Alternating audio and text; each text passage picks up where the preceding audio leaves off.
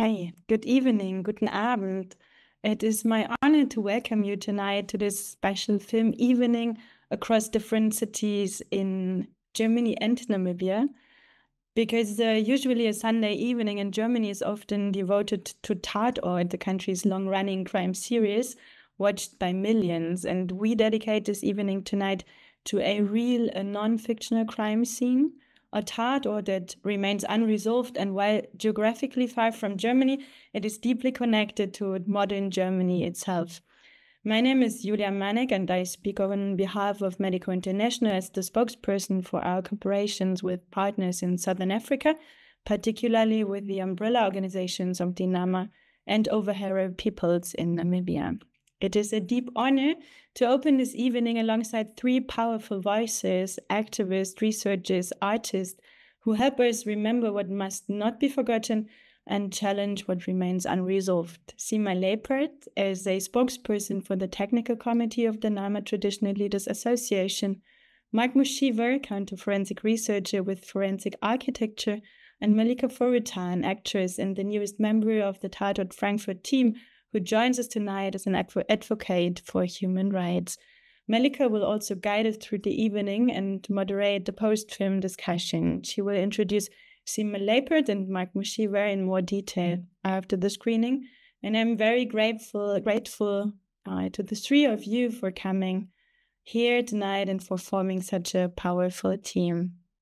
So tonight's film screening and discussion is important because the crimes we are dealing with are not just unsolved because we don't know what happened, not because the perpetrators are unknown, not because the forensic facts are unclear. On the contrary, we know very well how the brutal German colonial rule targeted Nama, Overhero, Damara, and San peoples. We know about land grab, torture, rape, forced labor, the concentration camps. We know about the extermination orders against Overhero and Nama and the brutal annihilation attempt that followed, just because the colonial authorities themselves documented them shamelessly. However, today we are only aware of it because the descendants of the survivors have never stopped fighting for justice and challenged Germany's long colonial amnesia.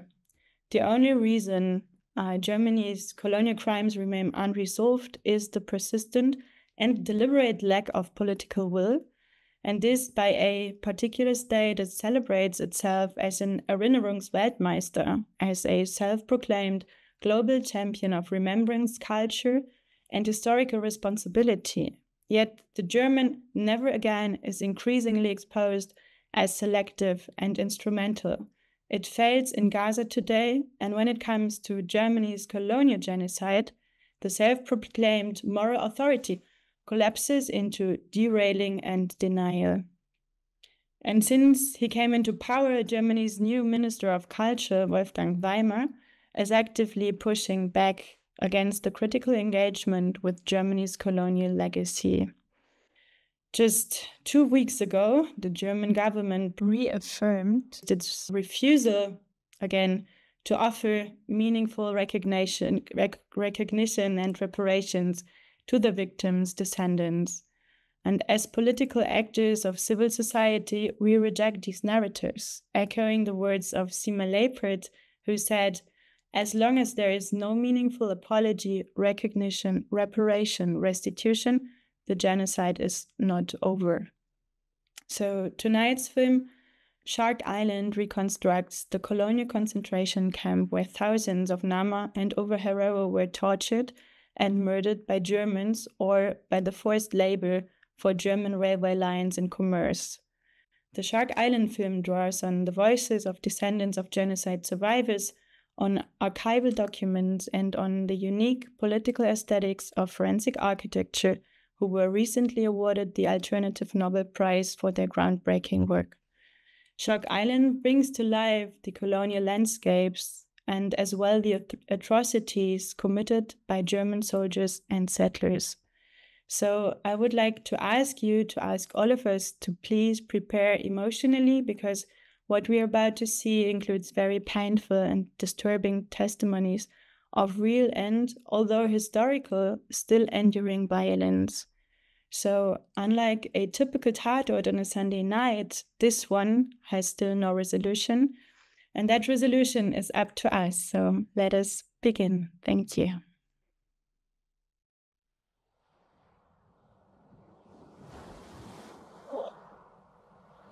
Let's do it.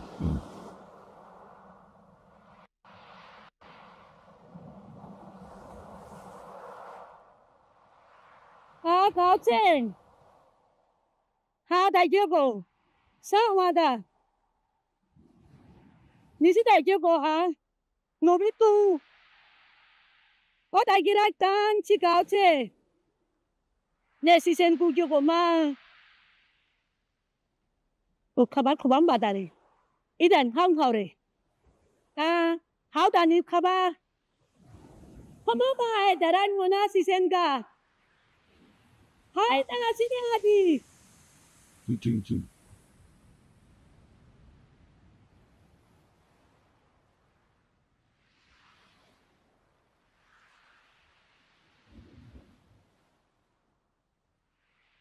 For centuries, the Namib Desert, stretching for over 1,000 miles along the Atlantic coast of southwest Africa, served as a natural shield, concealing the region's indigenous populations from European colonizers. But a geological singularity, a massive rock cutting through the sand dunes, known today as Shark Island, created a natural harbor, a point of entry.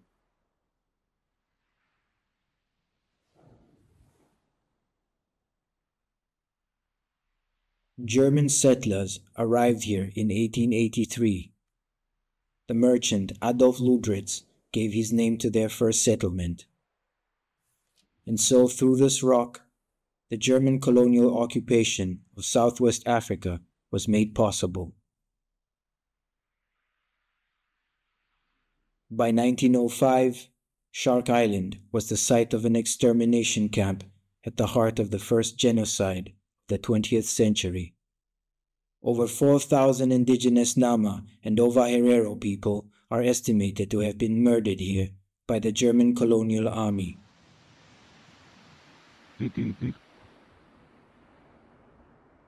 Yet few physical traces of this history remain on the island today.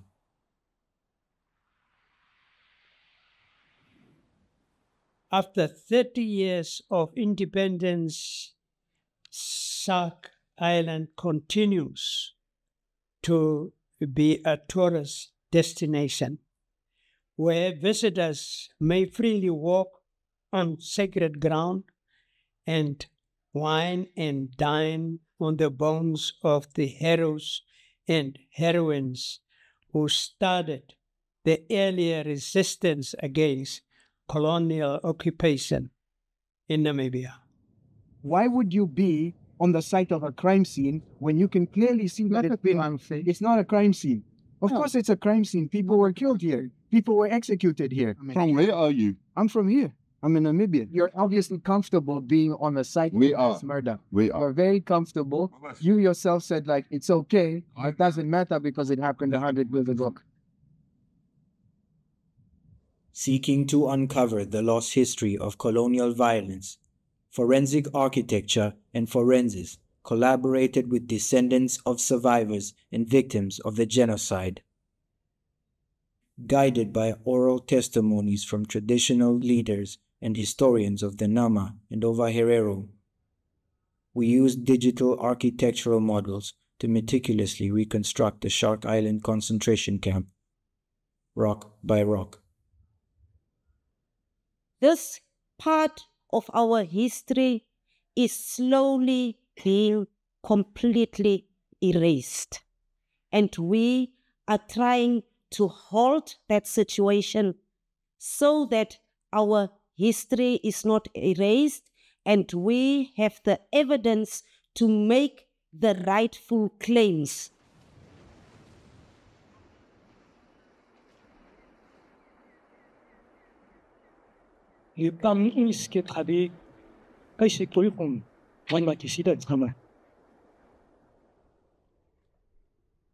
입제 꼽아봐. 인제 파리 공시라가 군디나.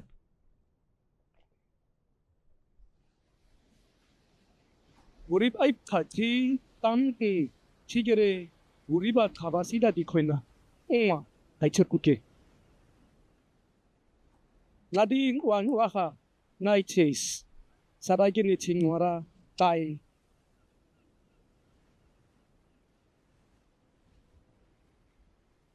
The original name of Shark Island itself actually is Ngamingus. Ngamingus means embrace. This was the name given to the island because it was encircled and surrounded by the ocean, by the sea. During the genocide, the island itself morphed into an extermination camp for the Nama and the Ovaherero people.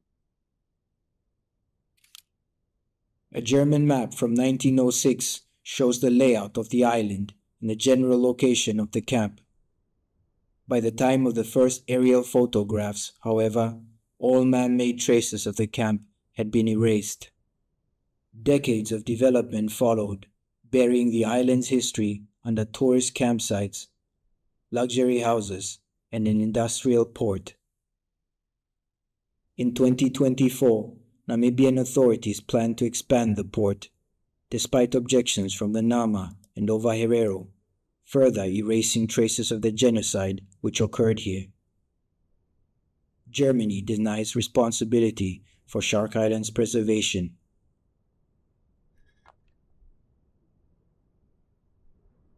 All that remains to connect the present to the past is the island's rocks. Sculpted by the wind and water, they made the architecture of the camp. These rocks are visual anchors. Identifying them enabled us to locate the few remaining archival photos of the camp.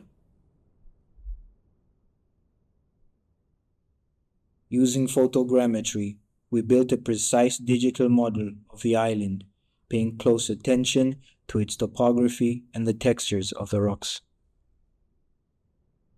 Our model became a spatial archive within which to locate these photographs in order to reconstruct the camp and the experiences of its prisoners.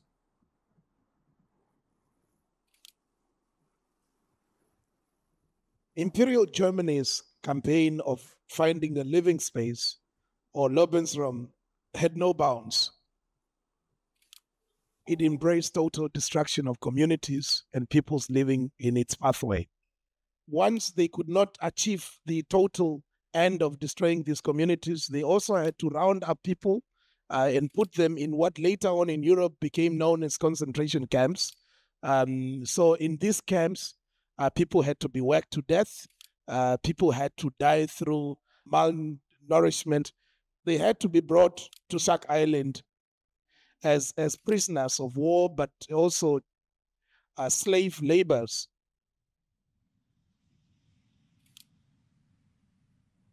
The entrance to the island is pictured in this colonial postcard from 1905. Using archival photographs such as this, we reconstructed the architecture of the camp.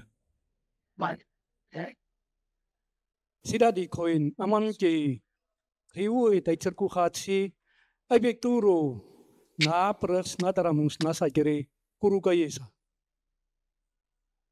Nga naga ma umros naske security guti umgi sa isna huamang sing chitskere karusa.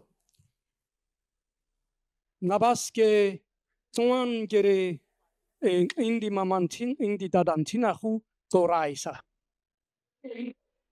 Ne dia ma ne di nga di ye mutskao ka soda ku di tongi de nga niski nga andhang sa mai ne sa ngai on mod le ispatia ngurisi umro chi nausa nauske ge neskia mai ngaske ge nga kai guagu. Oral testimonies animate our digital reconstruction, spanning the gaps between the archival photographs to expand our understanding of the camp. So nga toras nga nuisti nga mainland di toras amai. Nga sti kauske eski komstese vakku hangwe ein kaba. Koi ni wang wa go gigi kai di chance ka chu rip na gune ko.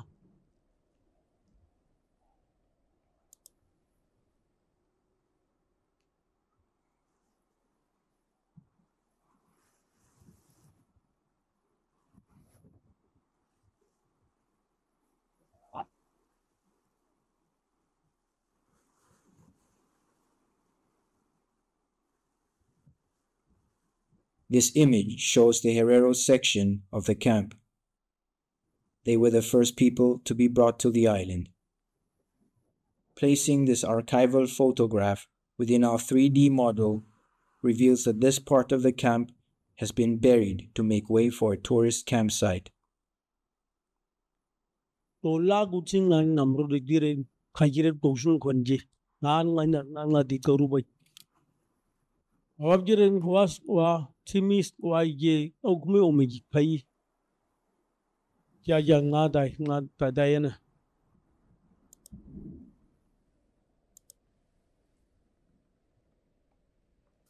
Tigiren nga sagon inang di going in digiren ayay gu gwenjin ngai sorol kangai ngai gu pat.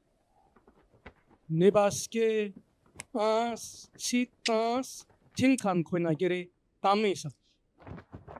Si khai masi napkin na nan hubay da burung nang chachai gu kong ngadi ge chang ui chaba koi ha ma ba in wa ba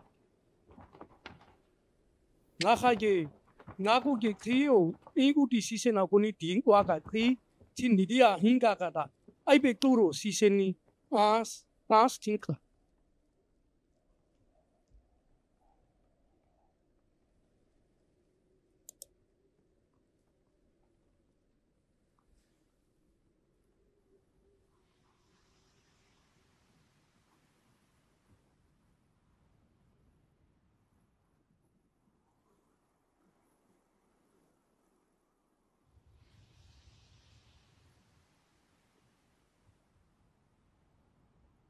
We identified this rock marked with a distinctive cross cutting through its surface in this archival photograph.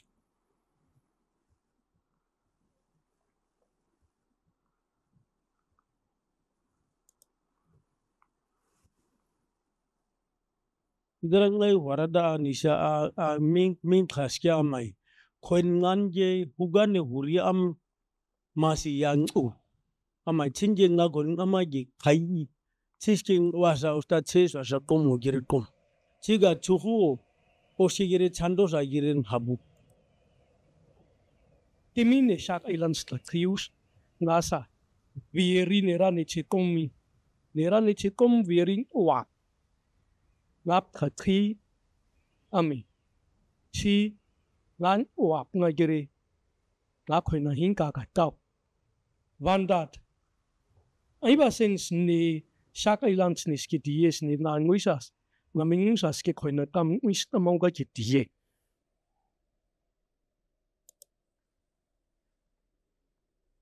Where prisoners once sheltered, a washroom has been erected, defacing this location, much like many other parts of the island.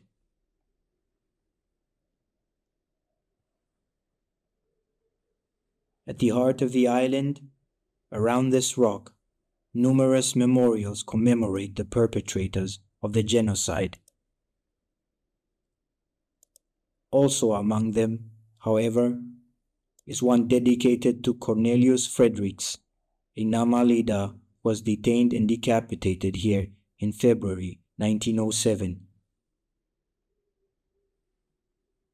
In 1906, on this very spot, a photo was taken of the captured Nama and Ovairero resistance fighters who had been brought to the island to die, including Cornelius Fredericks. Kap Corneli ching ipkagu ching la amagu ya gire kamgu. Aku yom dren dri onor ji kwega. Aku je kham asasa ye anaga chi umiba itoro kudwa dimi chige. Awu chi tong dai chi gi ko so nga ba hu gi khaba ane namis nga to eta to hai chi ge den lek sa kai lan chi to a khabo ko si gi khu ge bad ma si tara di chi don sin wan ka tira ge on kai sin da ka a Cornelis Christian Friedrich Shakailand las ge ui sa se tao nga ta naip kes nga ta naip kes kakhabistina ipti kam nguri sa teki. Fredericks, a proud resistance leader, was worn down after over a year of exposure on Shark Island, as a later photograph shows. Chichira kwachan oskimut kamu itiris volgens nisaki nga to hai kamu bi kapchiri unisa haroku am ko ichim badi ko nuta ngan haroku tekungwa kaisa uri tira kherekha khaman uri ti of taina klara kherekha na khamai sketsorai sorosa hus khauka iku ke taitser ka ke sort is tanasa ta hui netis tas hui no kaisa in khati ta on imtintina maban ke die kaisa obi neba guran inga tabu ya dige direkt kwede nga goromi nga konsentrasi camps nas nga gere ui sa sigere tai koi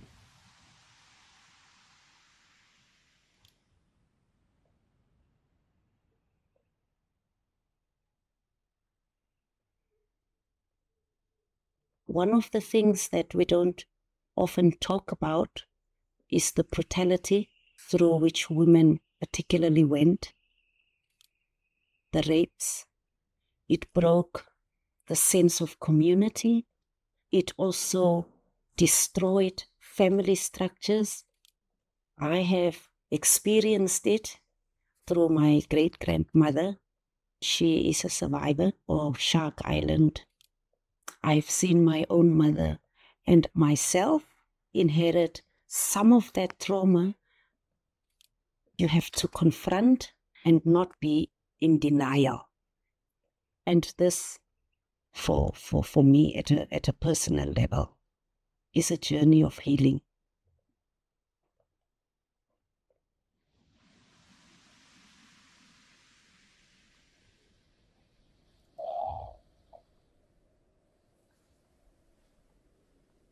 Kata.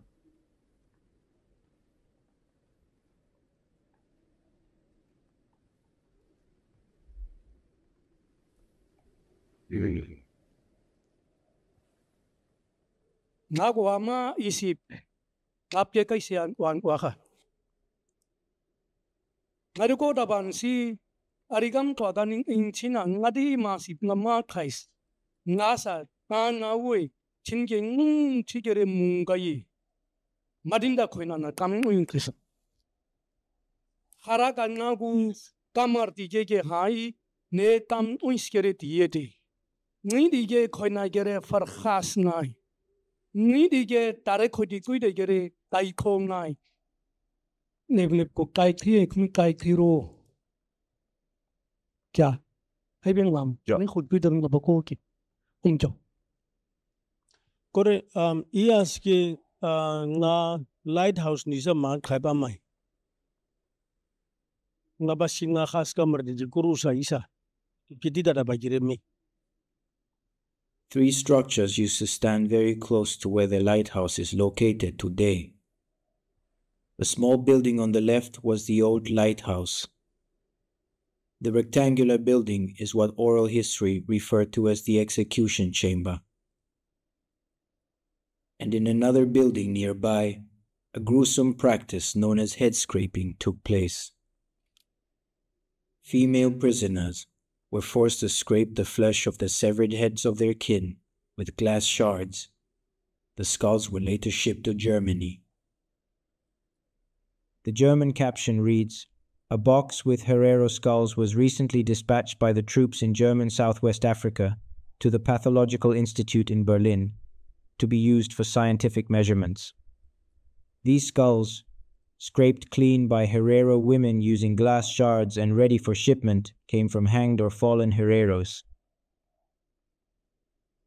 In recent years, some of these skulls have been repatriated,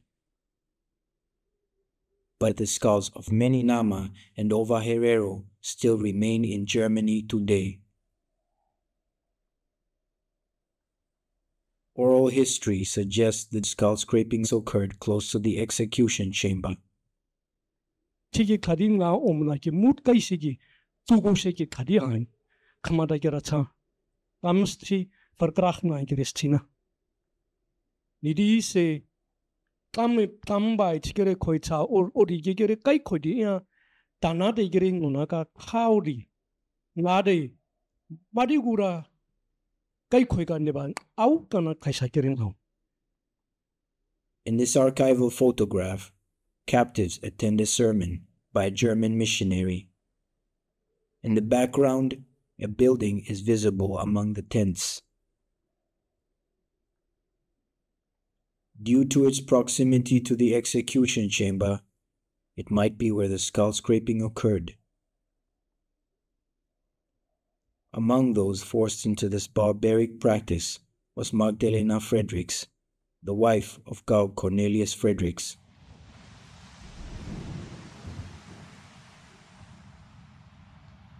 Iti kai koiske ngade ko ba si ma bat mai ne kai khosa chige mi ada livers wa ting ngara ngwa dana di khau khoidi ngari ba si khau re di da chinga chisken was khau kaske volgende oomblik mai ske dana sa koske op di dana sa ki khongwa chiske khawdwa tamro kunarang asin se chiske dana sa ki khaina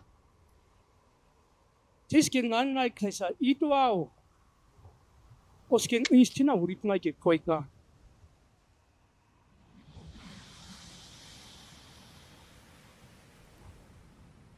To take it, big.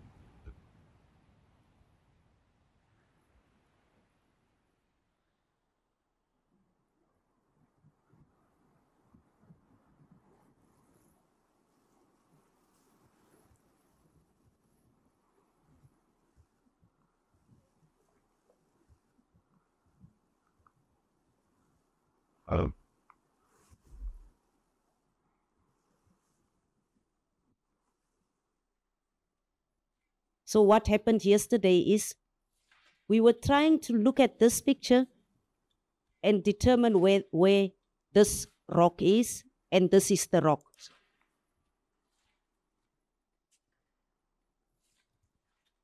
I want to share with you a very, very terrifying dream that I had.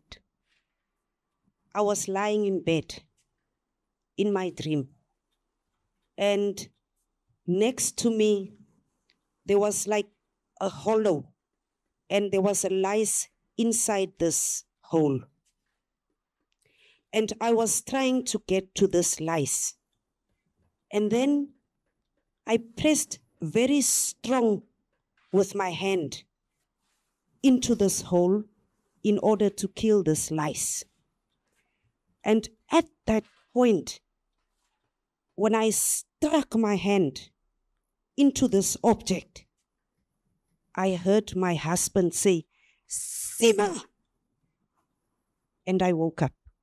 And when I woke up and turned on my back, the tears just streamed down my face.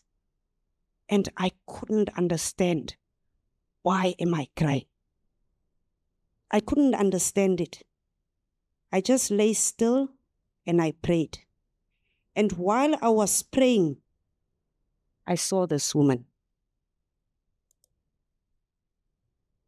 And when I see this man, this looks to me like a man.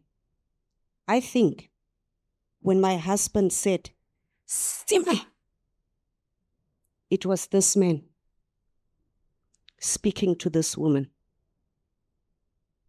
And that is being hit is what I was hitting in my sleep. When I see this picture, I see these people having visited not only me, but us. The woman who appeared to Seema in her dream is using an axe to break the rocks in this photograph.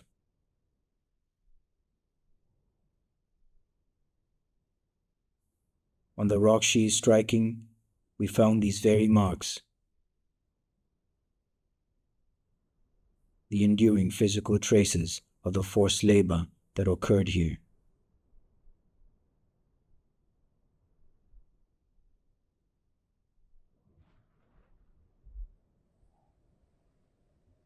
People worked to death in many of these cases because they were only bone and skin.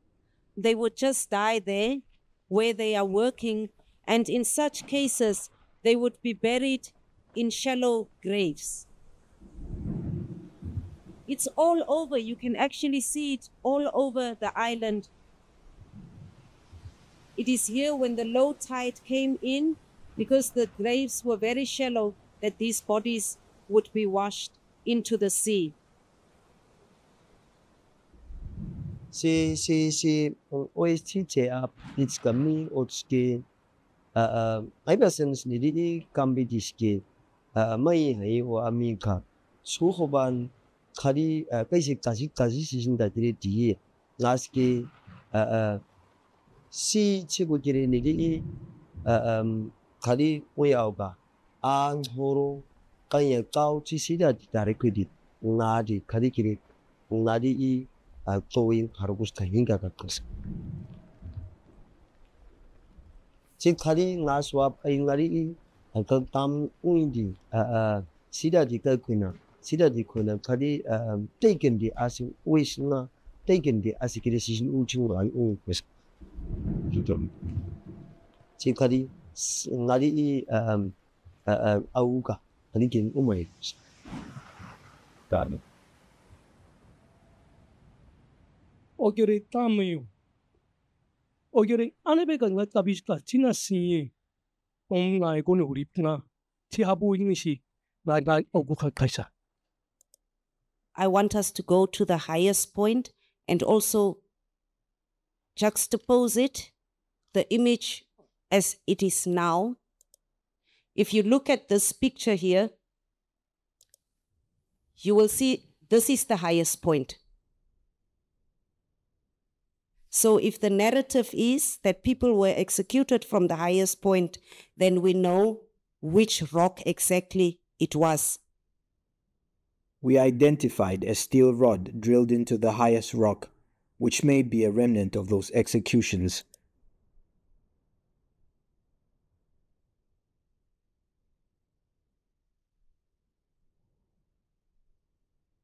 According to the narrative and according to some of the written work, when people were executed from there, the settlers could see it. They came into the bay and they could observe the executions from that highest point.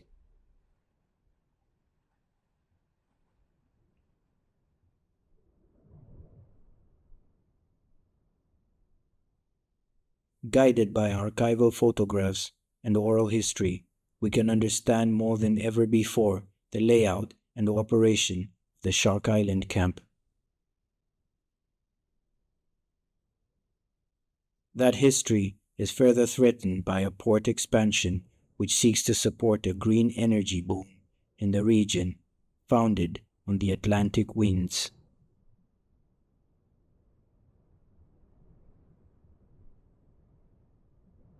Thus, the winds that brought the colonizers to these shores, and which were then weaponized to kill, are soon to be exploited for a new purpose, fueling the energy needs of the global north. We are saying to the two governments that you have already erased so much of this story, but you still want to continue to erase the story with other activities. Instead of repairing the immeasurable damage that has been done, Germany actively and viciously brags about its plans to extract hydrogen and calling it green. The proposed port expansion will bury yet more traces of the island's history under commerce and industry, as well as dredging up the waters under which many of its victims have lain for over a century.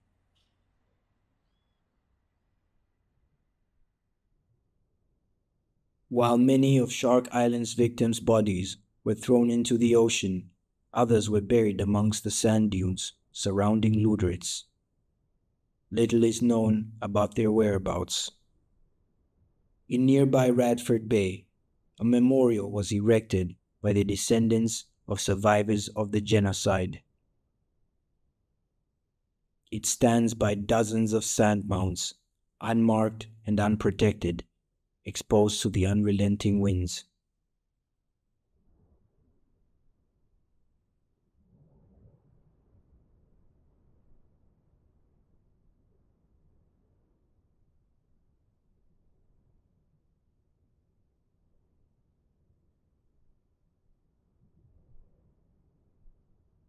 This archival photograph is labeled Burial of Shark Island Concentration Camp Victims near Lüderitzbucht. In order to geolocate it, we built a digital model of the area around the burial site. A closer look at the image reveals the sand mounds vary substantially in size, suggesting some may be mass graves. The same sand mounds are still visible on this site today.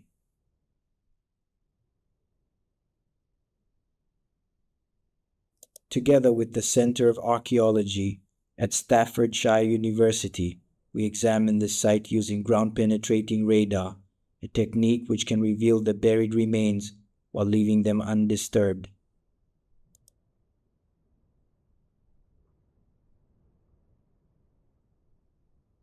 We defined a sample area containing 54 sand mounds. Then, electromagnetic waves projected into the subsoil reveal what is beneath the surface. We take a 2D cross-section at this position, passing through 7 mounds.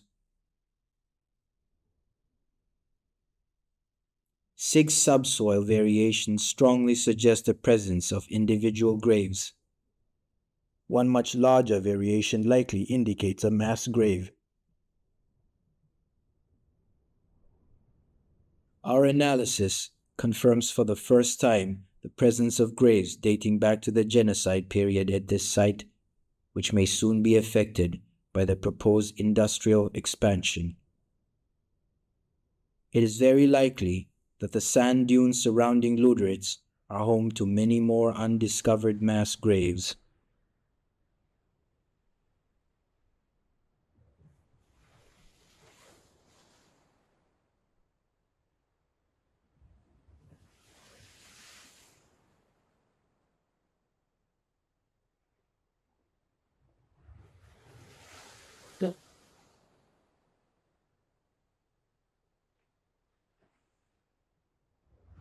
Then, I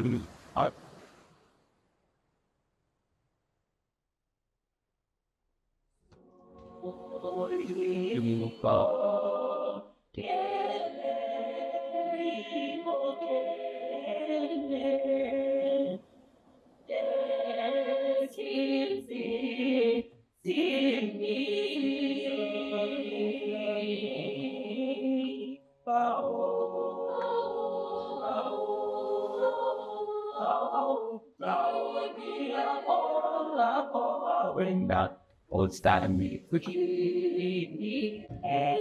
Don't tell it to say funny. Oh, don't tell it to say funny. Oh, dear, oh, when that was sang me clean. Don't say funny.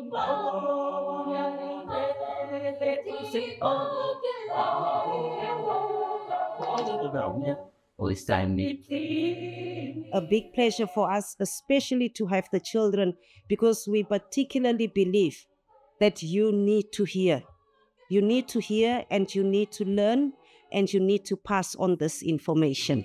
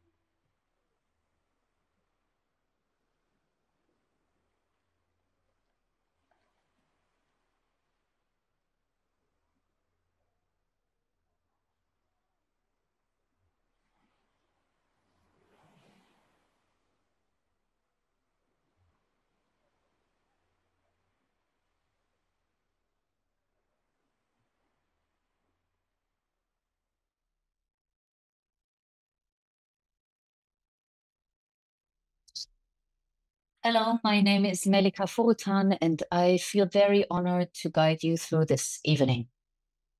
The film we just saw showed us what is really hard to watch: the past of German colonial crimes in Namibia and post-colonial continuities affecting people's lives throughout generations until today. It's good and important that we now can speak about what we just saw and reflect upon the horrifying experiences of the Nama and Overherero people with two renowned experts in this field, Sima Loipat and Dr. Mark Mushiba. And please allow me to give a little bit more detailed introduction so that you have more insights about the background and work of these two very strong voices.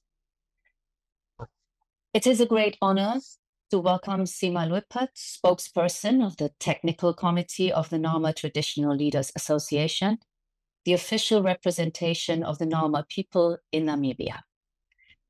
For many years, Sima has been involved in international advocacy work, especially in Germany, and has become one of the strongest voices who tirelessly reminds this country of its unresolved historical responsibility and debt. In 2022, a Nama and Overherero delegation traveled to Berlin. The German government, under the Green Party, had just broken its promise to negotiate the genocide with the affected communities. The Foreign Office disinvited the delegation. Sima turned this situation around and instead covered the Reichstag with a lettering, "Reparations, no aid. Renegotiate now with Nama and Overherero." An iconic image. Her voice is deeply political and personal. As you yourself, Sima, have shared, you are a descendant of the genocide survivor Katrina Fredericks, your great-grandmother. Sima's great-grandmother survived Shark Island, was deported to another concentration camp, and, after all, was subjected to forced domestic labor, where she was sexually violated by the German settler who had grabbed the Nama's stolen land. As a result, Sima's grandmother was born and, as Sima says, became a formative figure in her life. Together with her grandmother and mother, generations of women who all have been fighting for justice. Sima carries this intergenerational struggle forward with power, from the students' movement during Namibia's independence struggle to her current role as Director of Development Planning for the Hadop region, an area more than 42 times the size of the Saarland. We are grateful to have you with us today, dear Sima, as a descendant of a genocide survivor, as a powerful advocate, a political leader, and a voice that refuses to let silence or denial win. Thank you. You are in Namibia right now, right? Yes, yes. Welcome. Thank you. Now, I'd like to welcome Dr. Mark Mushiva. He holds Namibian citizenship, but currently lives in the heart of the beast in Berlin, where he works for forensic architecture, as an independent, creative, decolonial technologist. As we have just seen in the film, this involves applying the highest standards of research technologies to make crimes against humanity and the crime scenes themselves visible. This work is carried out together with affected communities and across borders. Between Berlin and Windhoek, taking video footage, turning them into 3D, collecting and presenting testimony, he has played a key role in the reconstruction of German colonial crimes in present-day Namibia. This includes additional films and exhibitions, for example, on the first genocidal massacre of the German troops in Hornkrans, 1892, or a new production on colonial land grabs aftermath. Beyond his work with forensic architecture, Mushiva is committed to dismantling the effects of past colonialism and to fight for the decolonization of the future. He carries this struggle into different political shapes and art forms. Both behind and in front of the camera, he's working on his first fiction film production, Time Hunter, where he plays a bionic spy dispatched by Black Africans to topple their colonial oppressors, who, by day, works as an unassuming creative technologist in Berlin and supports his family in Namibia. As if this wasn't impressive enough, he is also a hip-hop artist, most renowned in Namibia as part of the combo Black Balkanite, rising in Germany, where he released his new solo album, Turbo Summation. Thank you for being here with us tonight, Mushiva. Thanks for having me. Let's start the discussion. You both grew up in Namibia. Sima is part of the Nama community. What does it mean to inherit these testimonies of genocide, to retrace the crimes over and over again, with no doubt about who the perpetrator is, but that there is no coming to terms with justice? Sima, would you like to answer? Yes. As much as this work takes a lot of your energy and is very, very traumatizing, I think inheriting these testimonies is not just, about having sat around the fire listening to an old woman's horror stories, going to frighten little children. As a child listening to my granny, I thought that that's what she was doing. She was trying to frighten us. But I realized later that she was actually writing her story through us. Much of what is known now about German colonialism is seen through the lens of Germanness. Typically, Namibian German settlers would believe that the settlers were protecting themselves against nature, and that the war was started by the Guerreros. This has become sort of a Eurocentric narrative that has been translated into the official narrative in order to deny genocide. I think through these inherited testimonies, we are contributing to a new historiography and knowledge production that is much less tainted by sort of the colonial and the post-colonial biases of the current scholarship that we are seeing here. The knowledge that we are creating through these narrative testimonies contributes to addressing our current situation, because it is seen through our lens. It is seen through how we feel reality right now. The Western scholarship has very much disseminated traditional values and traditional systems of transmitting knowledge. What we are reading in the book is what was written by German scholars. And so little has been written by ourselves, has been told by ourselves. So I think in bringing these testimonies, we are creating our own knowledge, and we are bringing our version of what is important to us and how we feel what is important to us. So yeah, I think that is really what is very important. For too long, we have been taught into thinking that that civilization has been brought to us. But we are now telling through these inherited stories that this so-called civilization came at a cost of genocide.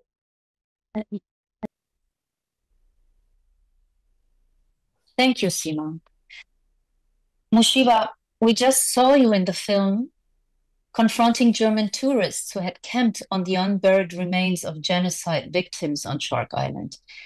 How are you personally implicated, and what does it mean to you to trace and investigate these crimes together with the descendants of the survivors?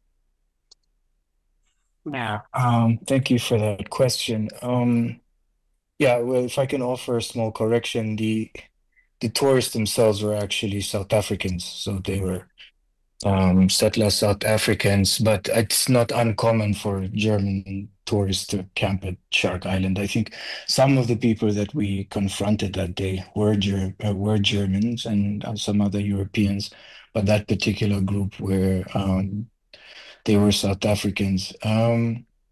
Yeah, so I think what it means to me to do this work is firstly, I think I feel a deep sense of a privilege as a Namibian, as a technology, to have been able to bring this work forward. And I also felt a deep sense of responsibility, because of course this is, I think, a topic or a history that is very important to Namibia. And I think after 4 years of working on this project, I kind of felt a profound sense of some kind of healing, because I was confronted with the feeling of dealing with why, as a Namibian, I've always felt a loss or kind of absence and a kind of mourning.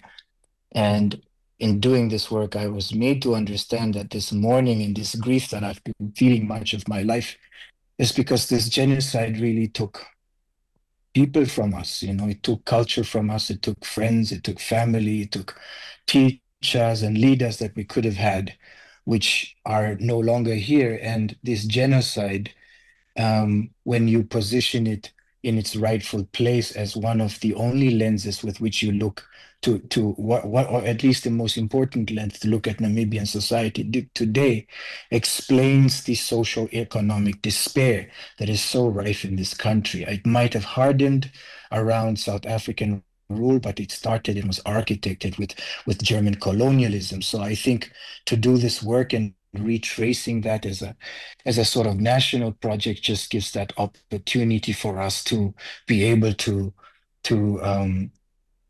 have a much clearer perspective on why we live in the kind of Namibia that we have today, second most unequal country in the world, and where the people who are affected by the genocide are the most marginalized in the independent Namibia we live in today. Of course, as a technologist, it showed me and proved to me the power of using technology for decolonial purposes to create a certain visual language that I think has not been seen in this story, because a lot of the source material that we're looking at was captured within an unequal position, where it's colonial officers taking the photograph, it's maps that have been drawn by the colonial administration. So to do this work, to retrace under the guidance of our partners in the NTLA and the ODA and the OGF, is also a matter of giving it, the kind of materiality and the visual treatment that it needs in order to say in the film, this is where the Herero camp was, this is where people were being forced to build the island and to build the early economies of Namibia. I think to add that visual texture with these kinds of methodologies of 3D reconstruction and spatialization does much to tell a more compelling story, which I think the traditional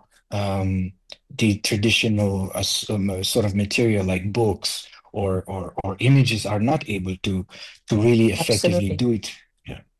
Absolutely. How long did it take? How long did you work on that?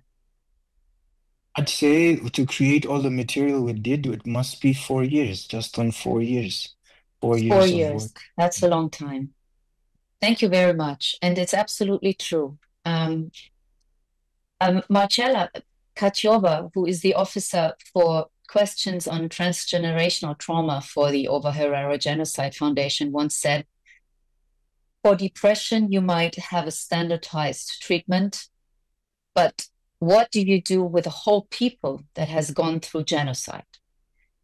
In Shark Island, Seema, you say some of that trauma is inherited.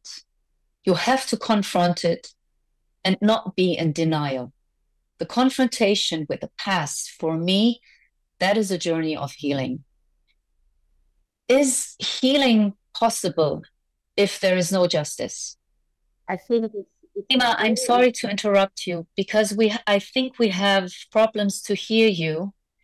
Could you answer without your headphones? Maybe you can clear that, and maybe Mushivam, would you like to answer that question until maybe Seema has solved out the technical problems? Right. Please, could you give me a brief reminder of what the question is? Do you think healing is possible without the feeling of justice? Well, no, I don't think so. I don't think it's I don't think I have as sharp points as Seema would, but I could simply say I think there has to be an acknowledgement of the crimes that were committed.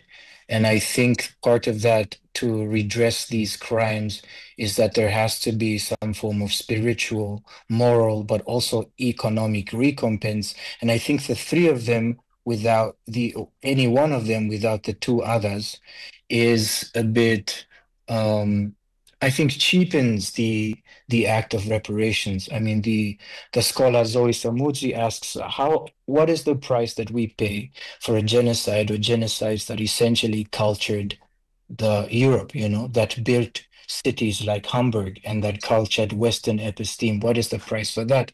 And of course, when we have conversations about financial recompenses or the return of ancestral lands, and I think there is a hesitant attitude to pay the price that the partners deemed as necessary. I think it's hard for it to be interpreted as in good faith. So I think it does. I think in order to build a bridge between the sort of descendants of perpetrators and of course the victims of that perpetrators, I think it introduces a kind of feeling of disingenuousness, because I think if the attempt for reparations or repair were serious and earnest, I think even small gestures like meaningful inclusion of the victims in discussions of what would be the right price or what is the right action in order to do repair would go a long way. So, I mean, without really being from the community and hesitantly speaking on Sima's behalf, I would say that perhaps it is very hard to see some form of meaningful repair and healing without at least, I think, meeting some of the very basic demands of the affected parties. Yeah. There is a lot of denial. And speaking about denialism, what forms of denialism do you encounter and defeat in Namibia, but also in Germany? Yeah, I think in Namibia, I think what we deal with is more apathy. I think because, Namibia has been independent something like 35 years now. We have a black incumbent government, but here you have competing memory economies with the apartheid movement, liberation struggle starting in 1966 as taking primacy as the dominant memory culture here. So I think the thing that we confront here locally from our population is people don't really prioritize this part of the research because many of them also don't know about German colonialism, I think, which is why this work is such transformative work here in Namibia. You mean the new generation doesn't know, or? I think so. I think so because when they know, I think they know about the genocide, but there are specific details that keep them from connecting to this history. For instance, the fact that planned settlements in order to divide local tribes into specific homelands was first architected in 1902 by the Germans. They think it started in 1960s with the Odendahl plan, but the Odendahl plan. So I think this is why it's so easy for them in recent memory to attribute much of the socio-economic sort of despair in Namibia to apartheid. So it's less denial and more disinterest. Okay. I think in Germany, I think, of course, we're aware of the German government, and of course, also much of the German genocide has also been written by German historians. So I think there should be a certain kind of prominence of this history in Germany. But I think what I feel is there are the classical Nazi-like denialists who say, of course, that either the grounds of what the Schutztruppe did are justified, and some who also would refute like certain scientific facts of of exactly how the killing happened, and would rather think of it as a war than a genocide. And but yeah, I think the denialism in Germany is much more worse because there are very serious implications to what's going on in Palestine today and how it connects to what was already done in Namibia. Sima's back. We have Sima back. Thank you, Mushiba. Sima, do you hear us? Yes, I can hear you. I hope you can hear me now. We hear you very good. Okay. Shall I go on with the next question? Would you like to go back to the last question I asked you? Like, is healing possible if there is no justice? Because I don't know if you heard Mushiba's answer. Unfortunately, I didn't hear it because, I was trying to see what is wrong with my sound. But I think, it goes both ways. Restitution in itself doesn't heal alone. It's that the victim or the person who was harmed just feels like, the scales of justice that were so grossly linked in the direction of the perpetrator got balanced in the direction of the victim. So in that sense, it's very important, and the justice acts as sort of a conscience so that the victim can sort of seek solace. But at the same time, sometimes the only, justice is recovering and living life.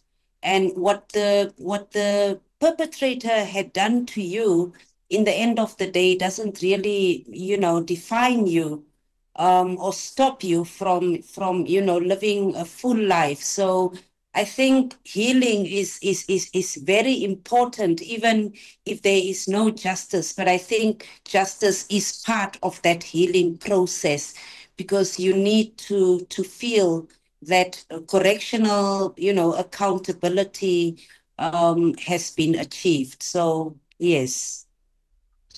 Thank you. Just 2 weeks ago, the new federal government stated that it rejects reparations for former German colonies in response to a so-called minor inquiry by the Green Party. The German government repeatedly states that international law supposedly did not exist at the time the injustices were committed. How would you respond?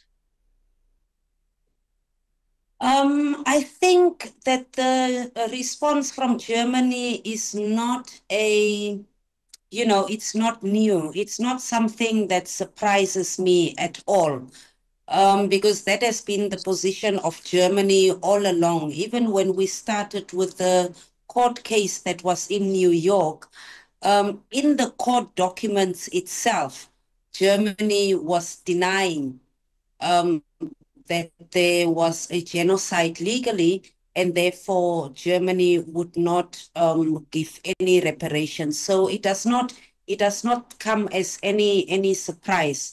In Germany, the colonial period is narrated as a very brief spell, without considering the impact that it had and the impact that it continues to have on the economic landscape, on the governance landscape of current day Namibia. That is not taken into consideration. Also, and how much that colonial period actually of relations between Namibia and Germany. So a lot of. So it doesn't really come as a surprise. A lot of the narrative in Namibia itself has completely denied the German colonial period, and has emphasized the apartheid colonial period as a way of erasing what German colonialism has done. So even though what I find very painful is that a modern day state can use racist colonial law to justify the fact that it does not need to pay reparations, that it does not owe any reparations. That is what is really shocking. What is also shocking is that the Namibian government, by accepting in principle the joint declaration or the negotiation process with Germany, is selling a document to the Namibian public in which the German government is actually justifying genocide. That is also that is also the other shocking part, that your own government can take a document to its own people in which Germany is saying legally it had the right to commit genocide. That is what a lot of Namibians don't understand when Germany says genocide from today's perspective, therefore no reparations. That is what it implies. At the time that it was committed, it was not genocide. Legally, Germany had the right to kill. And to sell such a document, that is completely shocking. It is, indeed. And under the exclusion of the Nama and Overheera people, the states of Germany and Namibia negotiated a joint declaration, and its legality is under negotiation in the Namibian Central Court right now. And the joint declaration openly defends from recognizing the genocide, as you said, and promises development aid 1 billion over a period of roughly 30 years. The Over Herrera Genocide Foundation tried to quantify the damage, including the stolen land, the killed or stolen cattle, the loss of human lives, the loss of artifacts, of culture. And they concluded a sum of 17 billion euros only for the Over Herrera people. So what would repair and reparations look like beyond financial recompensation? Repair would include returning the human remains. Repair would include healing processes. Repairing would include memorializing. You know, 34, 35 years after independence, the only memorialization of the German colonial period is that which is done by the descendants of the victims. That is the only memorializing that is happening. The genocide itself is not even part of the curriculum in Namibia. It is not even part of the curriculum in Germany. So yes, beyond reparations and beyond any sum of money, that is what we need to do. You cannot have reconciliation without ensuring that the story is told, that the memory is held. That is absolutely important. But also, we need to remember the massive land dispossession that took place. And with the massive land dispossession that was placed in the hands of the settlers, and now which continues to be in the hands of the descendants of the settlers, that land, taking away that land, meant taking away the economic power and the resources of the Nama people, putting them into perpetual poverty. The genocide also meant that reducing the number of the Nama and Over Herrera people so that they don't have a political voice. How do we make sure legally that these people as minorities continue to have a say on the political landscape? So these are some of the issues that we need to be looking at beyond the 1.1 billion that is, in any case, has got nothing to do with reparations. I heard 70% of the land is in the hand of the descendants. Is that true? Of the 70%. That is correct. That is what the statistics are saying. What is also very interesting is that the descendants of German settlers continue to believe that their forebearers bought this land. Now, if they bought this land, from whom did they buy it? They bought it from the new German administration. Where did the new German administration get this land? Several legal ordinances were passed at the height of the genocide. And these legal ordinances were passed in order to completely expropriate the land of those people that are in concentration camps. And that is how they could buy this land. Now, this injustice has been perpetuated over all these generations. So this is one of the fundamental injustices that needs to be addressed.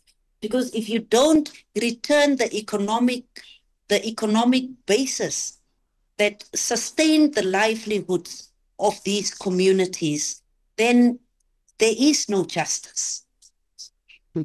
Absolutely. Thank you very much, Simon.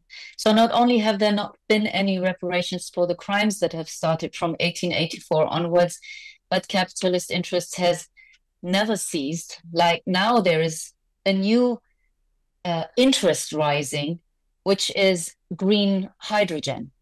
So the Namibian economic and social activist Jima Aresep recently said, last time the Germans came with Schutzverträge, this time they come with a hydrogen partnership. Can you reflect a little bit on this concept and inform us about the critique and tell us more about this concept and this so-called partnership? You know, the very interesting thing about green hydrogen production is related to what I said previously.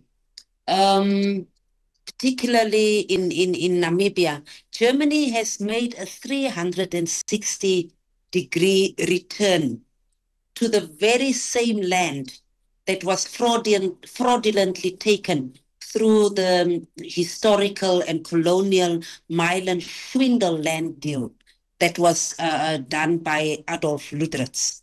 Shortly after Luderitz arrived in Great Namaqualand, he signed a fraudulent treaty with Joseph Friedrich, and he tricked Friedrich into believing that they were referring to British miles when actually they were referring to German miles. So the entire area around Luderitz was transferred to the German Southwest Africa Company, including the rights to explore and exploit the territory for mining activities. So, you know, at the height of the genocide in 1908, that became a diamond mining area. And a lot of the wealth of Germany was built on diamonds during the apartheid regime. You know, De Beers took over and the consolidated diamond mines took over. In independent Namibia, it was the Namibia diamond mines that took over. During all of these periods, all of these decades, nobody has ever spoken about how this land was taken in the first place.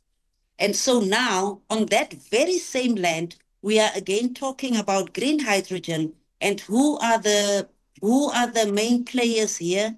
Germany.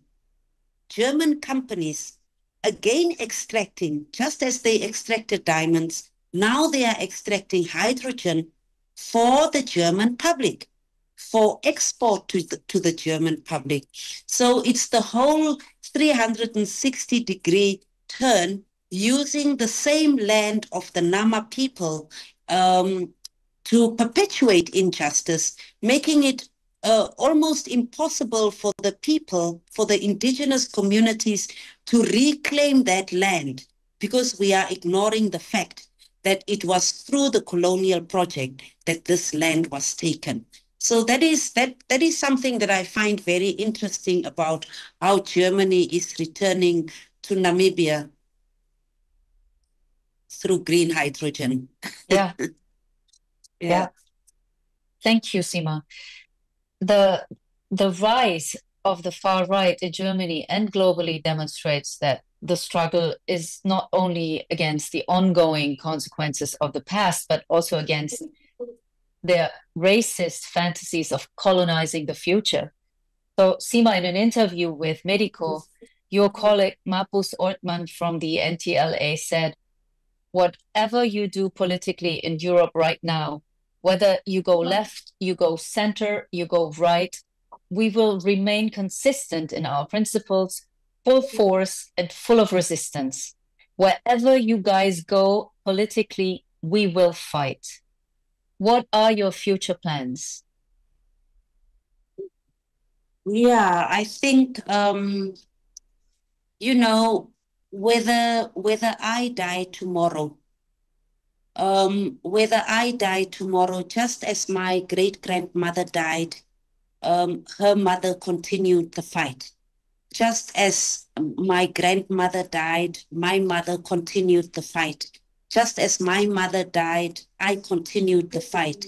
Just as I will die, my daughter will continue that fight.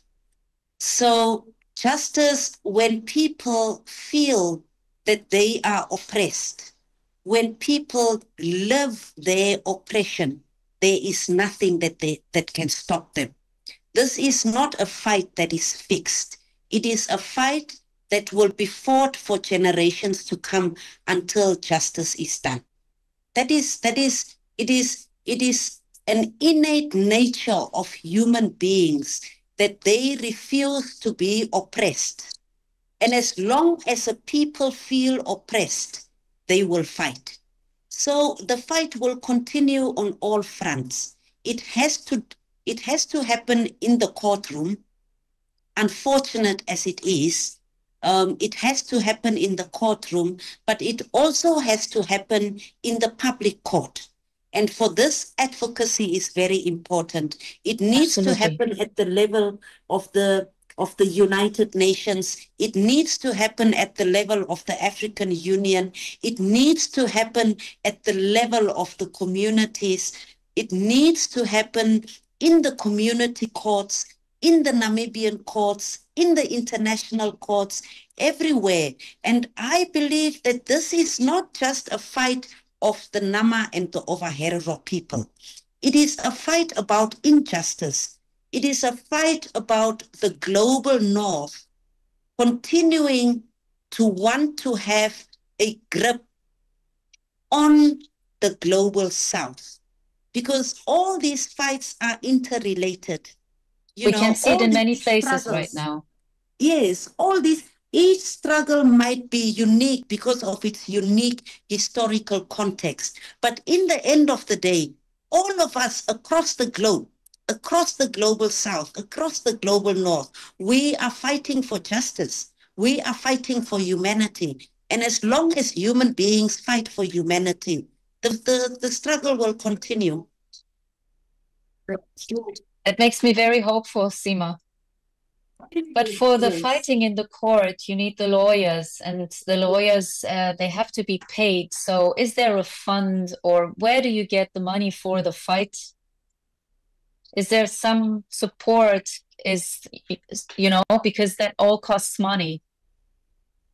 It certainly does cost money. And yes, the resources are becoming increasingly difficult to source. But, in Nama culture and in Nama belief, we always believe that the ancestors, because of the restlessness of the ancestors, always provide. Because as long as these bones don't rest, there will be no peace. And when there is no peace, life provides in ways that astonishes us. How did life provide this opportunity? Even this opportunity of us sitting here and so many people being able to listen to us. It is life that has provided this opportunity without us actually knowing where these resources would have come from. So I am a believer that even though there is no fund at the moment, life will provide these resources because justice is and will be done. Maybe after this discussion, I believe in what you say, but maybe we can talk to Medico and have more discussions like this so that we maybe can find ways to fund and provide for your fight, Sima and Mushiva. I mean, like a lot of people are listening now. So if you want to change something, you can support also. So Mushiva, I have a question. You have an Afro-accelerationist vision for the future, is that right? Could you explain what that means and how it would help us to deal with the unsolved German colonial crimes and for decolonial justice? Thank you for asking that question. Yeah, I mean, I'm not so sure that the objective of African accelerationism is to solve German colonialism. I think that kind of creativity needs to come from the Germans. I will say, however, that African accelerationism is a political and aesthetic program that first recognizes that even colonialism was a world-building project. It's like it was a measure of creativity where religious and commercial objectives sort of coalesced in order to create this idea that, you know, there should be a core and there should be colonies that feed the core. And I think within that same sentiment, African accelerationism is also a theoretical framework, or is a world-building technology of the mind that encourages the rapid adoption of Africans and African countries of technologies. It recognizes first and foremost that currently what's happening in artificial intelligence and virtual reality, gaming technologies, cryptographic networks and financial systems like blockchains, those things have been created through colonial mindsets and are perpetuating and strengthening colonial exploitation. And that the only way to counteract that is to rapidly adopt those technologies while using certain principles that were present within the African liberation movements from the 50s and 80s. Things like transnational solidarity, things like looking at indigenous systems of technology. So yeah, it's kind of just a political framework that then encourages people who, Africans, who technologists and non-technologists, to look at technology as an opportunity to further decolonial goals. And this is why, for me, doing the work with forensic architecture and forensics has been so profoundly transformative, because it does show that even a lot of the mapping technologies have a colonial legacy. You look at what the African Union is, the Organization of African Union is trying to do with the Mercator map that distorts the size of Africa. This is a present problem that's in GIS software right now. So many of these technologies have legacies of colonialism and come from the military and are targeting systems which continue to create enemies, because that's what they do. They target and they kill. But I think what we've been able to do, of course, with even with this work, is show that we can use technology in decolonial ways to, one, make colonial continuities, which are hard to see, more prevalent. One specific thing which is close to my heart is, for instance, the new investigation we released with the opening on the 14th of August that shows that colonial systems of farming that were instantiated by the Germans in the late 1800s have negatively affected the environment.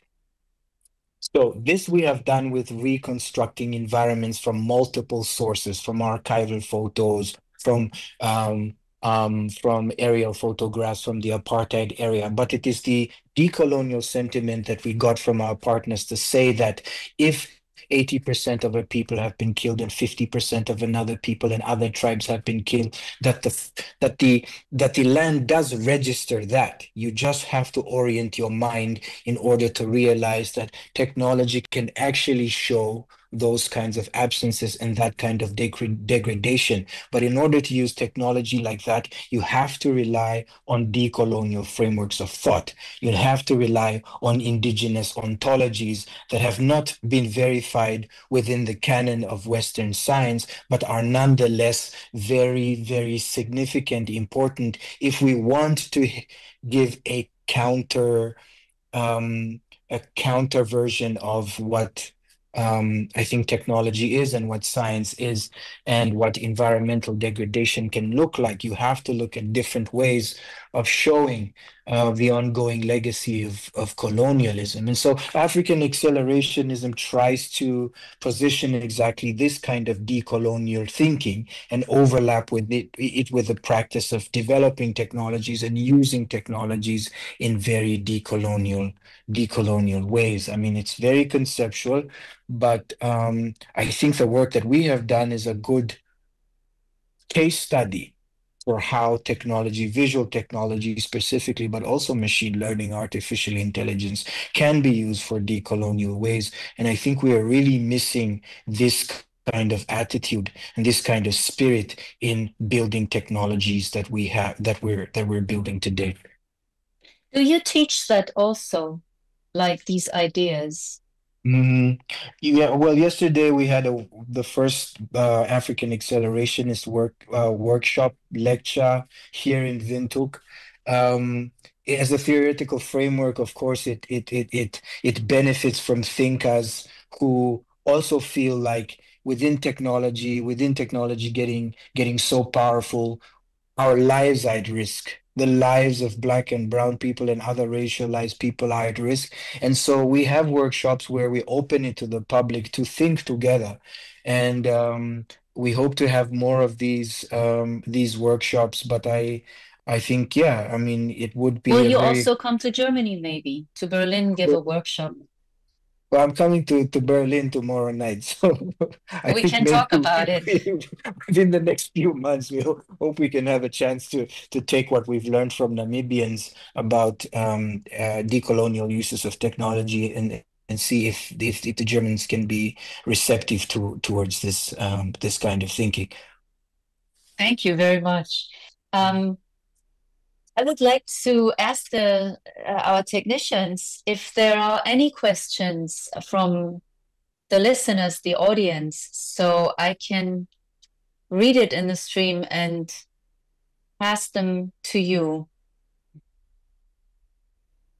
Oh, I just hear we just have not much left, so no questions allowed from the audience. Thank you. Maybe we can, if there's urgent questions, please feel free to ask them now. But I think I have another question, actually, because we saw this campground in the film Shark Island, and I wanted to ask you if this campground still exists, or if something happened during the last couple of weeks or months, because I really couldn't believe that there is a campground allowed at that place. So can you tell us more about that, about the campground and the current situation? Yes, I think perhaps maybe about a month ago or so, finally, after years and years and years of campaigning by the Nama and Overherero people, the actual tourism activities have been decommissioned. So That's good to hear. Yes, so the Namibia wildlife resorts have stopped taking, new tourists or bookings for tourist activities, and so they have decommissioned it as a tourist site. And the National Heritage Council has now taken over responsibility as a heritage site, and at the moment there are discussions with the Nama Traditional Leaders Association and also with the Overherero Traditional Authority and other stakeholders to look at what, how future management of the site would look like. So, yeah, that has finally, that has happened, but it has only happened because the descendants themselves have put pressure for so many years, saying that this cannot be a tourist site. What we are unfortunately facing now is a new threat, and that new threat is the expansion of the current port, which already at the turn of independence encroached on the sacredness of the island. Now they want to expand that port. That is now the new threat that we are facing with regards to Shark Island. And that is, again, a new fight after having concluded one fight with the government agency. Another government agency is now, threatening to desecrate the site. I wish you a lot of strength for this upcoming fight. And I really want to thank you, Sima and Mushiba, for sharing your knowledge and your time with us. And I'm sure it was not an easy evening for the audience, but I also want to thank the audience for listening and learning, which is really important. Thank you for your time. And I want to also thank Medico because we come to the end of the night, for organizing this evening, for bringing us all together. I want to thank Julia Manek from Medico, who brought us all together. And I want to thank our technicians, Lukas Schmidt and Nathaniel Reuschel. Without them, we couldn't speak between Windhoek, Namibia, Berlin, and Frankfurt. So thank you very much for this evening. Thank you for this discussion. I learned a lot. I learned a lot during preparation. I even learned much more in the last 2 hours. So I'm very thankful, and I wish you all a good night. Thank you.